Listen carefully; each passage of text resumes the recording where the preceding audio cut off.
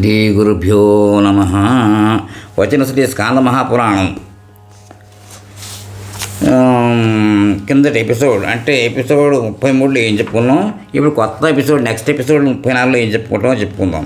అంటే మహేశ్వరుని సమాప్తం అయింది అక్కడ ముందరలో. అంటే పార్వతీదేవి వివాహ విషయమును ఏ నరుడు పవిత్రుడేవిను అధ్యయనం చేయను విశేషముగా వివాహ మంగళ సందర్భం చదువును అతడు మంగళము వృద్ధిని చిరకాలం పొందును మహేశ్వరుని సమాప్తం అని చెప్పుకున్నాం. ఇప్పుడు నెక్స్ట్ ఎపిసోడ్ 34 ఎపిసోడ్ ప్రారంభం చేస్తున్నాం, కంటిన్యూషన్ చేస్తున్నాం. ఓం శ్రీ గణేశాయ నమః. ఓం నమో భగవతే వాసుదేవాయ. శ్రీ స్కాంద మహాపురాణం వైష్ణవ ఖండం వెంకటాచల మహాత్యం నారదుని ప్రవేశం యజ్ఞవరాహమూర్తిని దర్శించుట.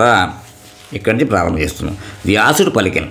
పవిత్రమైన నైమిసారణ్యమున సౌనకాది మహర్షులు లోకములను రక్షించుటకై 12 సంవత్సరముల పాటు సాగిన యాగమును చేసి దానిని 12 సత్రయాగము అందురు.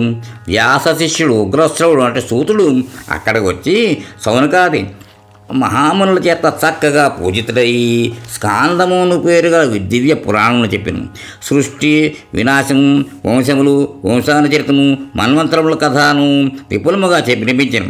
తీర్థముల ప్రభావాన్ని తెలిపే కథలను విని ఆ మునిపుంగవులు మరిన్ని కథలను వినవలని కోరికతో ఇంద్రియ నిగ్రహం కలిగిన ఆ సూతునితో ఈ భూమిపై ఉన్న గొప్ప పర్వతాలను గురించి వినగోరుతుంటుంది కనుక ఈ పర్వతములలో ఏవి ముఖ్యమైనవో మాకు తెలుపు. సూతుడు ఇట్లు పలికిన. ఇదే ప్రశ్నను నేను ఒకసారి గంగాతీరమందు మునివర శ్రేష్ఠున వ్యాసుని అడగగా వ్యాసుడు ఇట్లు పలికిన. పూర్వం దేవయుగంలో నారదుడు సుమేరు పర్వత శిఖరములకు వెళ్ళను. దాని మధ్య భాగంలో విశాలమైనది ప్రకాశించున్నది అయిన బ్రహ్మ యొక్క నివాస స్థానం. దానికి ఉత్తర దిశలో ఒక గొప్ప రావి చెట్టును చూచిన. ఆ చెట్టు మొదట్లో దివ్యమైన నానారత్న సమన్వితమైన ఒక మండపము కలదు. ఆ మండప మహాద్వారం పుష్యరాగ మండలతో నిర్మితమైనది. దానికి 7 అంతస్తులు గల గోపురము కలదు. నారదుడు ఆ ద్వారము నుండి లోనికి ప్రవేశించి మండపమును ఒక ఎత్తైన వేదికను చూచిన. గొప్ప కాంతి గల ఒక సింహాసనమును దాని మధ్యలో ఒక తామర పువ్వును చూచెను. ఆ తామర పువ్వు మధ్యలో కూర్చుని ఉన్న యజ్ఞవరాహమూర్తిని చూచిన. ఇంద్రాది లోకపాలుల చేత సేవింపబడుతూ ఉన్న ఆ దేవదేవునికి నమస్కరించి సమీపించాను. భూమిలో ఆ మూర్తిని నారదులు మంగళకరములైన ఉపనిషద్భాగముల చేత స్తుతించి మిక్కిలి సంతోషముగా ఆ వరాహమూర్తి ఎదుట నిలచెను. వరాహమూర్తి సన్నిధికి భూదేవి వచ్చుట. అదే సమయమున భూదేవి సకులతో వచ్చి ఆ మూర్తికి నమస్కరించి చేతులు జోడించి నిలచెను. అప్పుడు ఆ మూర్తి భూదేవితో తన రాకకు గల కారణం అడిగిన. అప్పుడు భూదేవి ఆ మూర్తితో ఇట్లా పలికిన. పాతాళం నుండి నన్ను పైకి తెచ్చి 1000 పడగలతో శోభిల్లుచున్న ఆదిశేషుని శిరముపై ఉంచితివి. తోడుగా నన్ను ధరింపగల శక్తిని గల నీ అంశగల పవిత్రమైన పర్వతములను ఏర్పాటు చేసేటివి. నాకు ఆధారమైన ఆ పర్వతములలో ముఖ్యమైన వాటిని గూర్చి నాకు తెలుపును. ఇది విని సుమేరు, హిమవంతము, వింధ్యా మందరము, మలయము, గంధమాదనము, సాలగ్రామము, చిత్రకూటము, మాల్యవంతము, పార్యాత్రకము, మలయం, సహ్యము, సింహాద్రి, రైవతము, మేరుపర్వతము, అంజనము అను ఇవన్నీ నీకు ఆధారములు. ఇంకను వీటిలో శ్రేష్టమైన వాటిని తెలిపెదను వినుము. ఉత్తర దిక్కును ఉన్న పర్వతములలో సాలగ్రామము, సింహాద్రి, గంధమాదనము ముఖ్యమైనవి. దక్షిణ దిక్కున ఉన్న పర్వతములలో అరుణాద్రి, గజపర్వతము, గృద్రాద్రి, ఘటికాచలము అనువి శ్రేష్టమైనవి. ఇవన్నీ క్షీరనదికి సమీపమున ఉన్నవి. గజపర్వతమునకు ఉత్తరముగా సువర్ణముఖి అను నది ఉన్నది. దానికి ఉత్తరముగా కమలాన పేరు గల సరోవరం ఉన్నది. కమల సరోవరమునకు ఉత్తరముగా ఉన్న అడవిలో శ్రీ వెంకటాచలము కలదు. 7 యోజనములు విస్తీర్ణం, యోజనము పొడవు ఉన్న ఆ పర్వతం బంగారంతో నిండినదై రత్నసానువుల ఎత్తై ఉన్నది. ఇంద్రాది దేవతలు, వశిష్ఠాది మునీశ్వరులు, సిద్ధులు, సాధ్యులు, మరుత్తులు, దానవులు, దైత్యులు, రాక్షసులు, రంభాది అప్సరసులు ఎల్లప్పుడూ అచ్చట నివసించుందురు. వీరందరూ కళా ప్రదేశంలో భూదేవి ఎన్నో దివ్యములైన సరస్సులు కలవు. అన్ని తీర్థములలో ముఖ్యమైనవి ఏమనగా చక్రతీర్థం, దైవతీర్థం, వేద్గంగా, కుమారధారికా తీర్థం, స్వామి పుష్కరిణి అను 7 తీర్థాలు నారాయణాద్రిపై ఉన్నాయి. వీటన్నింటిలో స్వామి పుష్కరిణి దానికి పశ్చిమ తీరంలో ఓ భూదేవి నీతో నేను నివసిస్తూ ఉన్నాను. స్వామి పుష్కరిని సేవించుటకు అన్ని తీర్థములు సిద్ధంగా ఉండను. ఓ భూదేవి, 66 కోట్ల తీర్థములలో 6 మాత్రమే ముఖ్యమైనవి. వాటిలో మిగిలిన తీర్థములతో ఈ సమానమైనది గొప్పది తుంబుర తీర్థము. ఈ తీర్థంలో స్నానం చేసిన వారికి పునర్జన్మ భయం ఉండదు. శ్రీవరాహస్వామి చెప్పాను. నారాయణాద్రి యొక్క మహాత్మ్యం చెప్పేదను వినుము. కృతయుగంలో అంజనాద్రి, త్రేతాయుగంలో నారాయణాద్రి, ద్వాపరయుగంలో సింహాద్రి, కలియుగంలో శ్రీ వెంకటాద్రి పరమాత్మునికి స్థానములైన పర్వతములని విద్వాంసులు చెప్పుదురు. అట్టి శ్రీ వెంకటాద్రి దిక్కుకు తిరిగి భక్తితో నమస్కరించినట్లయినా ఆ మానవుడు అన్ని పాపముల నుండి విముక్తి పొంది విష్ణులోకమును పొందును. అట్టి శ్రీ వెంకటాద్రిపై గల 6 తీర్థముల మహాత్మ్యమును సమయానుసారముగా చెప్పెదను.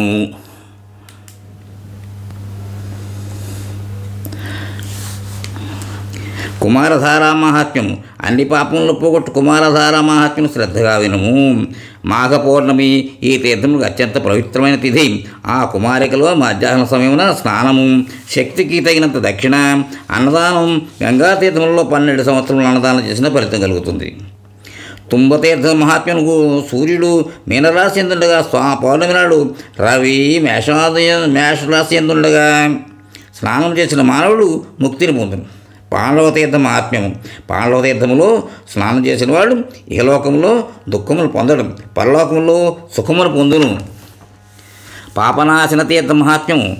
శుక్లపక్షపు లేదా కృష్ణపక్షపు సప్తమి ఆదివారం నాడు పుష్యమి నక్షత్రము, హస్త నక్షత్రములలో కానీ స్నానం చేసినట్లయితే ఓ మహాభాగా, కోటి జన్మల్లో చేసిన పాపాల నుంచి మానవుడు ముక్తి పొందును.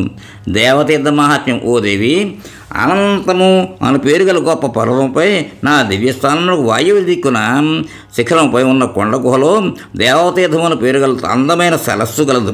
దానేందు గురుడు పుష్యమి నక్షత్రమందు, చంద్రుడు శ్రవణ నక్షత్రమందు వ్యతిపాతమును పొందగా ఆ పుణ్యతీర్థమునందు స్నానం చేసిన వారి తెలిసి చేసిన తెలియక చేసిన పాపములు నశించను. ఈ తీర్థమందు స్నానం వలన పుణ్యములు కూడా వృద్ధి పొందును, దీర్ఘాయుష్ను పొందగలుగును. పైన చెప్పిన దినములందు ఆ తీర్థ ప్రదేశములలో అన్నదానం చేసిన వారికి బ్రతికున్నంతకాలము అక్కడ అన్నదానం చేసిన ఫలితం కలుగును. అతి రహస్యములైన ఈ విషయంలో అన్నీ నీకు తెలిపెట్టిన వ్యాసుడు చెప్పాను.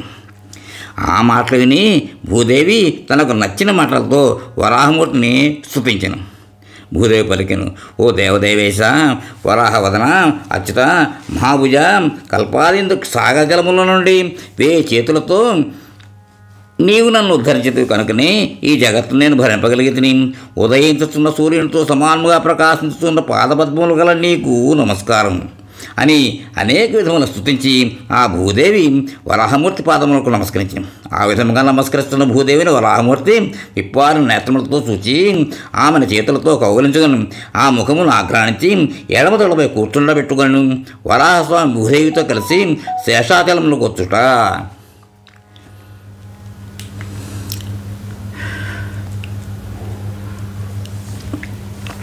నారదాది మునీంద్రుల చేత స్తుతింపబడుచు ఆ వరాహస్వామి గరుడునిపై అధిరోహించి వృషభాచలములకు వెళ్ళాను. లోకముల చేత పూజింపబడు స్వామి పుష్కరిణి పశ్చిమ భాగమున వరాహవదనము కలిగిన స్వామి మునీంద్రుల చేత మహానుభావులైన బ్రహ్మతో సమానులైన వైఖానసుల చేత పూజింపబడుతూ ఉండును. వెంకటాచల మహాత్మ్యమును విను అవసరము. ఎందుకు వినాలో చెప్తున్నాడు. ఇప్పుడు వ్యాసుడు ఇట్లు పలికిన. ఓ సూతుడా, నారదుడు ఆ విధంగా భూదేవి వరాహుల సంభాషణలు విని మునుల సదస్సులో చెప్పగా విన్నది ఇది. నారదుని వద్ద నుండి వినదాన్ని నీవు అడుగుట వలన యథాతథముగా చెప్పేది. అధ్యాయ ఫలశ్రుతి. ఓ సూతుడా, మన ఈ ధర్మ సంవాదాన్ని ఎవరు బ్రాహ్మణులు ఎదుట లేదా దేవతలు ఎదుట పఠింతురు లేదా అన్ని వర్ణముల వారికి వినిపితురు వారు పుత్రులను పౌత్రులను కలిగి గొప్ప కీర్తిని పొందుదురు. విన్నవారికి కూడా వారి కోరికలు తీరును. సూతుడు పలికిన ఈ విధముగా కృష్ణద్వైపాయనుడు నాకేం తెలిపినో అది అంతయు మీకు చెప్పేదిని. సూతుని మాటలు విని ఋషులు ఇట్లండి. ఓ సూతుడా, మేము అడిగినంతనే భూమిపై ఉన్న పర్వతంలోకెల్లా గొప్పదైన పవిత్రమైన శ్రేష్టాచలమును గురించి మాకు తెలిపితివి.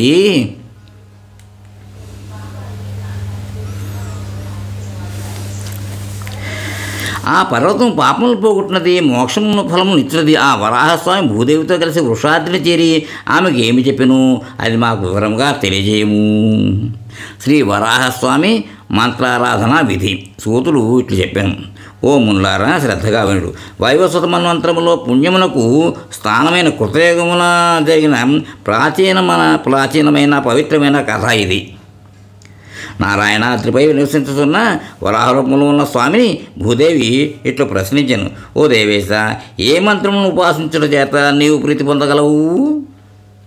అటువంటి మంత్రమును నాకు తెలుపుము. అట్లే దానిని జపించు వారి కోరికలు తీర్చినదైన మంత్రమును నాకు తెలుపు. సూతుడు పలికాను. ఈ విధముగా భూదేవిచే అడగబడిన వరాహస్వామి మిక్కిలి సంతోషము పొంది చిరునవ్వుతో ఇట్లను.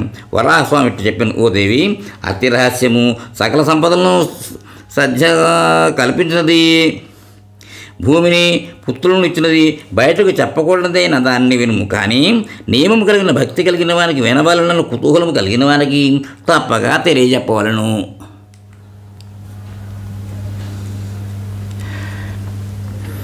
ఓం నమ శ్రీ వరాహాయ ధారణాయ చ. భూమిని ఉద్ధరించిన శ్రీవరాహునికి నమస్కారము. మోక్షం పొందగోరిన వారు ఈ తప్పక ఈ మంత్రమును చెప్పిన పనులు.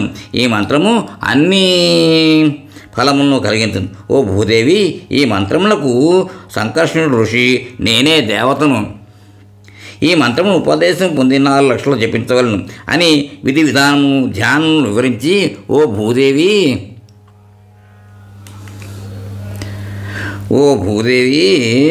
నీవు అడిగిన విధంగానే అన్ని విషయములు నీకు తెలిపితే నీకు ఇంకా ఏమి కావాలనో తెలుపుము.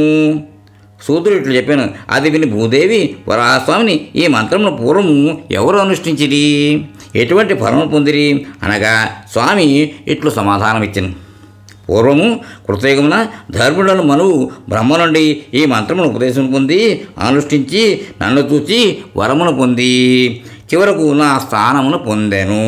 ఇంద్రుడు దుర్వాసన వలన శాపం పొంది స్వర్గము నుండి భ్రష్టుడయ్యను. తర్వాత ఈ మంత్రమును జపించి ముక్తిని పొందాను. ఇక్కడ త్వరగా ఆపి స్వస్తి. ఇక్కడ విరామం ఇద్దాం. తర్వాత నెక్స్ట్ ఎపిసోడ్లో కంటిన్యూ చేద్దాం. స్వస్తి. మోహనవాణి తెలుగు పాడ్కాస్ట్ వింటున్న శ్రోతలందరికీ హృదయపూర్వక ధన్యవాదాలు. ఏమండోయ్, ఇప్పటివరకు మన ఛానల్కి సబ్స్క్రైబ్ చేసుకోకపోతే ఈ క్షణమే వెంటనే సబ్స్క్రైబ్ చేసుకుని ఆ పక్క నుండి బెల్ బటన్ని మ్రోగించండి. అప్పుడు నేను చేసే అప్డేట్స్ అన్నీ మీ ముందు ప్రత్యక్షమవుతాయి. సర్వేజన సుఖినో భవంతు, లోకా సమస్త సుఖినో భవంతు. ధన్యవాదాలు. స్వస్తి.